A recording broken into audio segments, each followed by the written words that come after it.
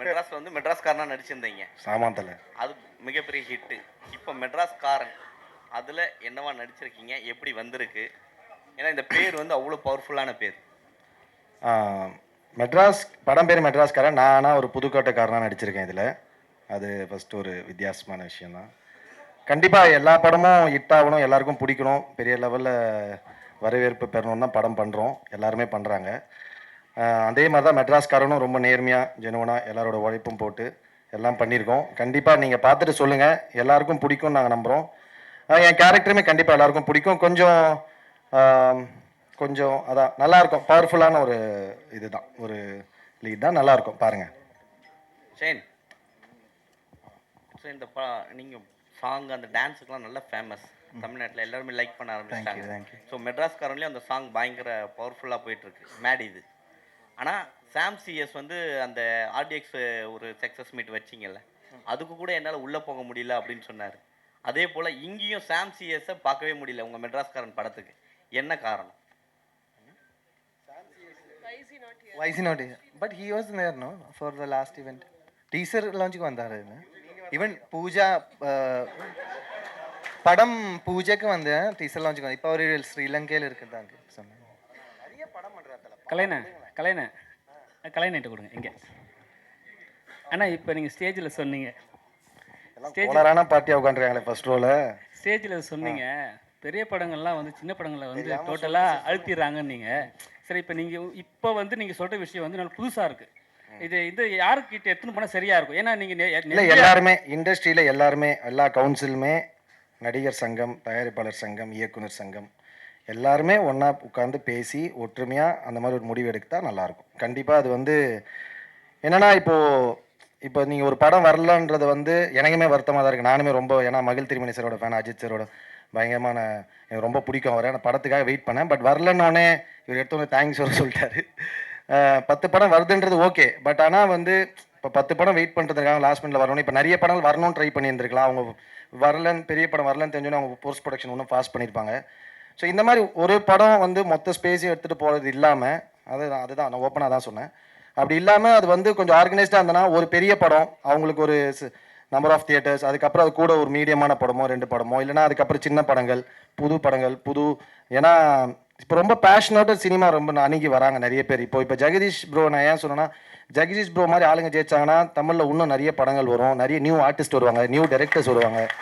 So வந்து வெறுமனே இப்போ பிஸ்னஸ்னு சொல்கிறோம். அதே மாதிரி எடுத்தோன்னே இப்போ ஒரு வேர்டு எடுத்துக்கிறோம், பேன் இண்டியானிரும். ஒரு கதையை நம்ம பண்ணிவிட்டு அந்த கதை முடிவு பண்ணோம், அது பேன் இண்டியாவா இல்லை பேன் வேர்ல்டா அப்படின்றத. அது வந்து இல்லை அங்கே என்ன ஆக போகுதுன்னு தெரியாது. ஸோ கதை நம்ம பண்ணுற கதைகள், இப்போது நம்ம மஞ்சுமல் பாய்ஸ் பண்ணும்போது தமிழ்நாட்டில் இவ்வளோ பிஸ்னஸ் பண்ணணும்னு நினச்சா பண்ணியிருப்பாங்க, கிடையாது. அவங்க அட்டன் பண்ண ஒரு கதையை ரொம்ப ரொம்ப சூப்பராக ஆனஸ்ட்டாக பண்ணாங்க. அது ஒரு பெரிய வரவேற்பு இங்கே பெற்றது. அந்த மாதிரி நம்ம ரொம்ப ஜெனுவனாக ஒரு படத்தை லவ் பண்ணி அதை நம்ம பண்ணோன்னா the film will decide what it has to do. அது முடிவு பண்ணோம் அது எந்த இடத்துங்களுக்கு போகணுன்னு. ஸோ இவர் மாதிரி வந்தாங்கன்னா நிறைய நியூ டைரக்டர்ஸ், நியூ ஆக்டர்ஸ்லாம் வருவாங்க. அதுக்காக தான் நான் சொன்னேன். தொடர்ச்சியாக வில்லன் கேரக்டரே பண்ணுறீங்க. இல்லைங்க இல்லை என்னென்னா, நீங்கள் வந்து வில்லன் கேரக்டர் ரொம்ப பவர்ஃபுல்லாக இருக்குது, ஹீரோனா சும்மா அப்படியே லைட்டாக வெறும் ஒரு சாங்ஸ் வச்சு முடிச்சிடறாங்கன்னு சொல்லிட்டு ஒரு தமிழ் சினிமாவில் ஒரு விஷயம் இருக்குது. அது எப்படி பார்க்குறீங்க? எங்கள் சண்டை தாங்க இருக்கிறதுலே கஷ்டம் படத்தில், ஸ்டண்ட்டு தான். அப்படி இல்லை, நான் இன்னொன்று சொல்கிறேன் உங்களுக்கு, இன்னொரு இன்ஃபர்மேஷன் எடுத்துங்க. நான் இதுக்கப்புறம் வந்து ரொம்ப கேரக்டர்ஸ் பண்ண போகிறதில்ல. நான் வந்து அதுக்கு என்னென்னா, அதுக்கு ரீசனும் வந்து இங்கே நான் வந்து ரொம்ப ஹெல்த்தியாக இல்லைன்றதை ஃபீல் பண்ணுறேன். ஏன்னா வந்து இப்போது நான் கேரக்டர்ஸ் பண்ணுறது ரெடி. ஏன்னா இன்றைக்கி நான் சாப்பிட்ற சாப்பாடு நான் பண்ண கேரக்டர் தான் எனக்கு சோறு போட்டுட்ருக்கு. ஸோ அதனால் வந்து அதை நான் மறக்க மாட்டேன். கேரக்டர் ரொம்ப முக்கியமான விஷயம் தான். பட் ஆனால் என்னென்னா, இது வந்து இங்கே இப்போ மலையாளம் எடுத்திங்கன்னா எக்ஸாம்பிள் நான் சொல்லுவேன், சில ஆக்டர்ஸ் வந்து மல்டி ஸ்டாரர் பண்ணுவாங்க. இங்கேயும் இருக்குது, இல்லைன்னு சொல்ல மாட்டேன், ரொம்ப கம்மியாக இருக்குது. மல்டி ஸ்டாரர் பண்ணுவாங்க, திடீர்னு வந்து பார்த்தீங்கன்னா ஒரு பெரிய படத்தில் சின்ன ரோல் நடிச்சிருப்பாங்க, நெகட்டிவ் பண்ணுவாங்க. ஆனால் அவங்கள வச்சு ஹீரோவாக 2-3 படம் வரும். இங்கே வந்து என்னென்னா, ஒரு படம் நம்ம கேரக்டர் பண்ணிட்டோம், இப்போ இந்த மாதிரி நெகட்டிவ் ரோல்ஸ் பண்ணுறோம், இல்லை பண்ணுறோம், உடனே அதே மாதிரி கூப்பிடுறது. எல்லா படமும் அதே மாதிரி தான். எழுதுறதுக்கு மாதிரி சாவுன்னு வந்தால் என் பேர் எழுதிடுவாங்கன்னு நினைக்கிறேன். ஸோ அதே மாதிரி வர்றது. ஸோ அது ஒரு பஞ்சாயத்தாகவும் இருக்குது. நான் பரவாயில்ல, அது நமக்கு நல்லா நடித்தா பாராட்டுறாங்களா, அதை ஏற்றுக்கிறோன்னா, கலாச்சாரம் ஏற்றுக்கணும், கிண்டல் பண்ணாலும் ஏற்றுக்கணும், அதை நான் கண்டிப்பாக ஏற்றுக்கிறேன். பட் சொல்கிற விதம் இருக்குது, அது நல்ல விதமாக சொன்னால் கண்டிப்பாக ஏற்றுன்னு நான் மாற்றிப்பேன்.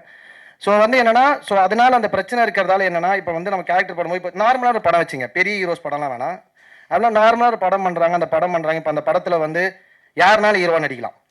இப்போ ஒரு புது ஹீரோ நடிக்கிறாருன்னு வச்சுங்களேன், ஒரு நார்மலாக ஒரு ஹீரோ நடிக்கிறாங்க, அதுலேயுமே நம்ம செகண்டரியாக தான் எழுதுறாங்க. செகண்ட் கேட்டகிரிலேயே வச்சுருக்காங்க. ஸோ அது வந்து கொஞ்சம் டிஸ்டர்பிங்காக இருக்குது. I don't feel that is healthy. எனக்கு அது செட் ஆகலை. ஸோ அதனால் நான் வந்து இதுக்கப்புறம் ரொம்ப எக்ஸ்ட்ரீம்லி சூஸியாக ரொம்ப கரெக்டாக இருந்தால் ரொம்ப சூப்பராக இருந்தால் மட்டும் தான் கேரக்டர்ஸ் பண்ணுவோம், இல்லைனா லீடாக தான் பண்ணலான்னு முடிவு எடுத்திருக்கேன். சரி சார், சரி சார். சார் இப்போ படம் இப்போ பார்த்த உடனே ஹீரோவுக்கு கைத்தட்டல கம்மியாக இருந்தது, ஹீரோயினுக்கும் கம்மியாக இருந்தது. ஆனால் உங்களுக்கு மட்டும் அப்ளாஸ் வேறு மாதிரி இருக்குது. என்ன காரணம்? ஏன்னா ஃப்ரெண்ட்ஷிப் காரணம் ஒன்று இருக்குது, அப்புறம் அது இல்லாமல் வந்து பணம் செலவு பண்ணுற காரணம் ஒன்று இருக்குது. அது இல்லாமல் வந்து ஸ்டேஜில் ஒன்று சொன்னீங்க, எல்லா ஆர்டிஸ்ட்டையும் சேர்த்து வச்சு தேங்க்ஸ் சொன்னீங்க. இன்னும் அடுத்த படத்துலேருந்து எல்லாரையும் வந்து கவுண்ட் பண்ணி அவங்கள ஏதாவது படம் பண்ணுற மாதிரி பிளான் பண்ணியிருக்கீங்களா? ஐ மீன் இந்த ஆர்டிஸ்ட் சொல்கிறீங்களா? இல்லை என்ன சொல்கிறீங்க? சிம்பு சார் சொன்னீங்க, விஜய் சேதுபதி சொன்னீங்க, அஜித் சார் சொன்னீங்க. வாய்ப்பு கிடைச்சா கண்டிப்பாக பண்ணலாம். சூப்பர், வாய்ப்பு கிடைச்சா கண்டிப்பாக பண்ணலாம். ஏன் பண்ணக்கூடாது? இல்லை ஒரு விஷயம் சொன்னீங்க, என்ன சொன்னீங்க? நண்பர்கள் பணம் செலவு பண்ணுறோம் காரணம். பணம் இல்லாத நேரத்துலேருந்தே நண்பர்கள் கூட இருந்தாங்க. நான் ஒரு விஷயம் சொன்னேன்,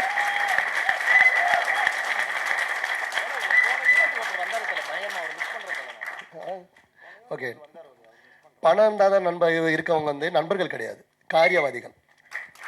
பணம் இல்லாத போதோ கஷ்டப்படும் போதோ ஜெயிக்கும் போதோ இன்னைக்கு வரைக்கும் ஓடிட்டு இருக்காங்க, அவங்க தான் நண்பர்கள். இதெல்லாம் வந்து பணத்தால் சேர்த்த கூட்டங்கள் கிடையாது, பாசத்தினால அன்புனால சேர்த்த கூட்டங்கள்.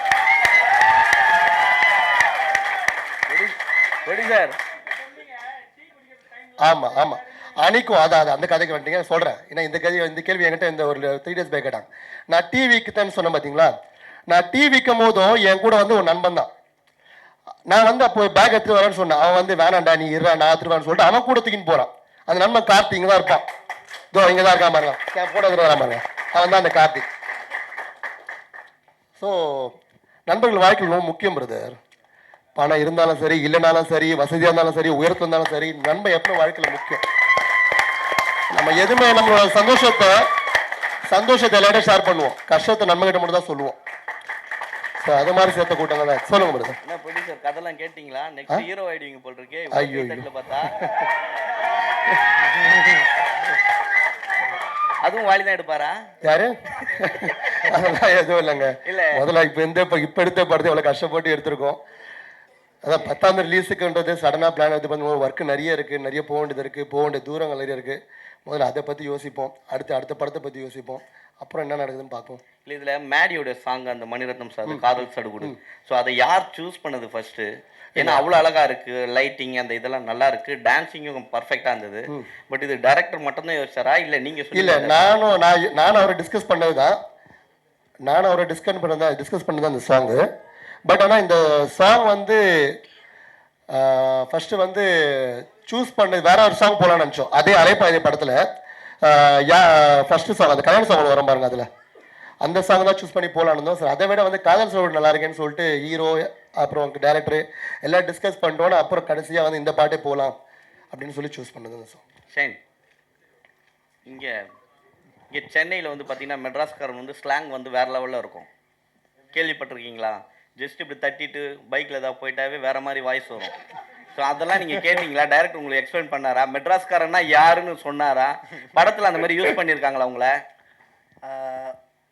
ஓரளவுக்கு இருக்கு. இந்த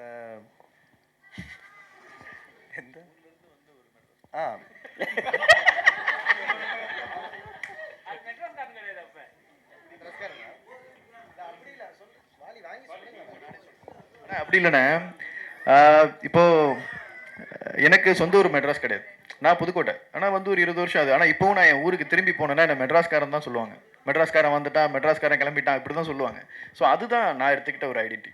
இன்னொன்று, சினிமாவில் எப்படி சொல்கிறது, காலங்காலமாக காமிக்கிற அந்த மெட்ராஸ் தமிழுக்குள்ளே நாங்கள் போகல. நீங்களும் நானும் எல்லோரும் பேசுகிற ஒரு வழக்கு தமிழுக்குள்ளே தான் அந்த படம் ட்ராவல் ஆகுது. ஸோ இதுதான் கலைண்ணா. இல்லை ஆக்சுவலாக எல்லாம் நீங்கள் அங்கே சொல்லும் போது மலையாளத்துலேருந்து இங்கே வராங்க, தெலுங்குலேருந்துலாம் வராங்க அப்படின்னு சொன்னீங்க. ஆனால் தமிழ் சினிமாவில் பார்த்தீங்கன்னா 2ஆக பிரிஞ்சிருக்கு. அதை எப்படி பார்க்குறீங்க? தமிழ் சினிமாவில் படங்கள் வந்து ஜாதி ரீதியாக ஆயிடுச்சு. இப்போ மெட்ராஸ்காரன் அந்த லிஸ்ட்டில் இல்லை, பட் ஆனால் உங்களுக்கு தெரியும், அதனால தான் ஸ்பெசிஃபிக்காக உங்ககிட்ட இல்லைங்க. நம்ம அது கிடையாது, நம்ம இன்க்ளூசிவ் பாலிடிக்ஸ் தான் பேசணும். என்னென்னா நம்ம யாரை ஒருத்தரை சரியாக காட்டுறோமோ அது பிரச்சனை இல்லை, யாரையுமே தவறாக காட்டக்கூடாது, அவ்வளோதான், சிம்பிள். ஓகேவா? ஸோ அது வந்து நீங்கள் பெருமை பேசுகிற, நான் என்ன சொல்கிறேன், உங்களை பற்றி நம்ம ஒருத்தரை பற்றி பெருமையாக பேசுனா அது அவங்கவுங்க இஷ்டம், அவங்க விருப்பம், அவங்களோட கல்ச்சராக இருக்கலாம், முறையாக இருக்கலாம், அது பிரச்சனை கிடையாது. பட் அதுக்காக நீ மற்றவங்கள தப்பாக காட்டக்கூடாது, மற்றவங்கள தாழ்த்தி காட்டக்கூடாது. அதுதான் லாஜிக், அவ்வளோதான், சிம்பிள். சூப்பர். வாலி மச்சான் வந்திருக்காங்க அங்கேருந்து, மனோஜ். ஆயிடா, நல்லா இருக்கியா? வாலி என்ன இங்கே அண்ணா, இப்போ ஒரு டேரக்டருக்கு ஒரு கனவு ஒன்று இருக்கும், படம் ரிலீஸ் ஆகுறதுன்ட்டு. ஆமா. ஆனால் என்னன்னா, பொங்கலுக்கு ரிலீஸ் ஆகுறது வந்து பெரிய கனவு. அது யாருக்கும் ரிலீஸ் ஆகுது வாய்ப்பே கிடையாது, ரொம்ப கஷ்டம். ஏன்னா வந்து இப்போ இருக்கிற ஜென்ரேஷன் வந்து பெரிய பெரிய ஆக்டர்ஸ் மட்டும்தான் பண்ணுறாங்க. இப்போ வந்து உங்கள் மனநிலை எப்படி இருக்குது? அதுக்கு முழுக்க முழுக்க காரணம் எங்கள் ப்ரொடியூசர் தான். ஸோ அவருக்கு தான் நான் பெரிய தேங்க்ஸ் சொல்லணும். பொங்கலுக்கு நம்ம படம்லாம் வருமா அப்படின்னு யோசிப்போம்ல, ஸோ அதை சாத்தியப்படுத்தி காமிச்சிருக்காரு. ரொம்ப சந்தோஷமா தான் இருக்கு, பெரிய விஷயம் தான். அண்ணா அண்ணா அண்ணா இன்னும் கொஞ்ச நேரம் அவ்வளவுதானே, ஒரு 5 மினிட்ஸ் மட்டும் எல்லாரோட அன்பு மட்டும் கொடுத்தீங்கன்னா அவ்வளவுதான். தேங்க்யூ. முடியுது. ஓகே, என்னடா தினேஷ் என்னாச்சு? ஒரு 5 நிமிஷம் முடியும். ஓகே.